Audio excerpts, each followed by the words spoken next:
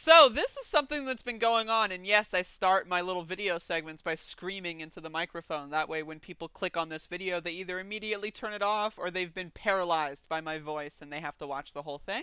So, videos from right-wing sites that preaches the left ruins everything, assigned in Ohio school. PragerU videos have been being assigned in a scholastic environment. Isn't that interesting? Isn't that interesting? And this is something because I've got a few, like, older teenagers that watch me, like 16, 17 years old, that are still in high school, and they're doing virtual classes. And they were telling me that in their history classes and politics classes, they watch, like, a CNN video of something. I don't know. And I asked them about it, and they didn't give me much detail because I'm assuming they don't pay attention much because they're teenagers, right? And they just watch a CNN video and then, like, do a little quiz about it, and that's it, right? Now imagine instead of CNN, which is bad enough, right? Like, Jesus Christ, like, they should be playing my videos in school, right? But CNN is bad enough. Now imagine instead of CNN that your kids are watching PragerU videos. That's right, PragerU.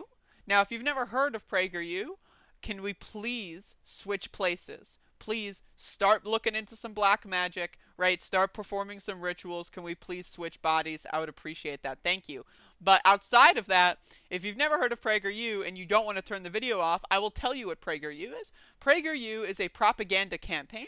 It is an outlet funded by Koch brothers, oil barons, and billionaires. Tech gurus like Elon Musk and all those kind of people are directly connected to organizations that fund PragerU's project. Dennis Prager is also heavily connected to oil tycoons and billionaires. These people feed on propaganda, they feed on fake news, and their main goal is to create a United States mythology, not a history, a mythology. And that is the key thing here. They want you to worship the imagined past. And I will read this article in a second. Make America Great Again? What does that signify?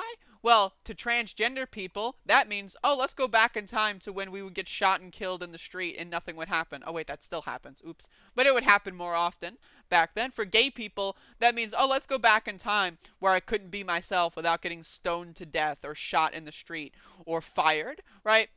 Whatever. For black people, oh, let's go back in time where I had to go to a separate bathroom or a separate water fountain. That's what Make America Great Again means to most people. But for the white man, which is still somehow the plurality of the population, for the white man, Make America Great Again goes back to this mythologized past, this imagined history where things were so much better, where you could get by with one job and feed 3 kids and a wife and maybe, your father-in-law or whatever, right?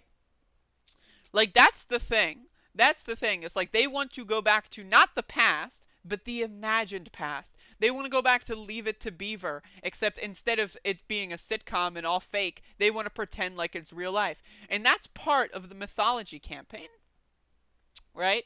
So let me read this article here. An Ohio public school has been giving students extra credit for watching videos from PragerU, a right-wing website that produces clips of talking heads such as Candace Owens and Ben Shapiro discussing conservative viewpoints, HuffPost has learned. The PragerU videos, with such titles such as Build the Wall, Why the Right Was Right, and The Left Ruins Everything, were assigned to a 10th grade history class at Maumee High School, along with a series of questions about the video's most important messaging. The assignments came at the same time that the website has tried to gain further influence in K-12 classrooms. Earlier this month, the organization launched a program directly aimed at parents and educators, complete with study guides with sections such as Conservatives Are the Real Environmentalists and The Ferguson Lie? What? Based on HuffPost review of materials, administrators first tried what they deemed a compromise by also assigning work that reflected views from the other side of the political spectrum to the students, Cutway said. But after HuffPost reached out to the school about the assignment. It decided to remove the materials from the syllabus. Todd Kramer, superintendent of Maumee City Schools, told HuffPost.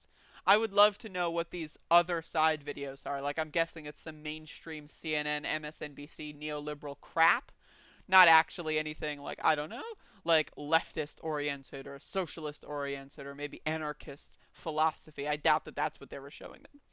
Other PragerU videos on its website dissect issues in 5-minute clips and have such titles such as "There is no gender wage gap" and "How to steal an election," "Mail-in ballots," and "Is Islam a religion of peace?"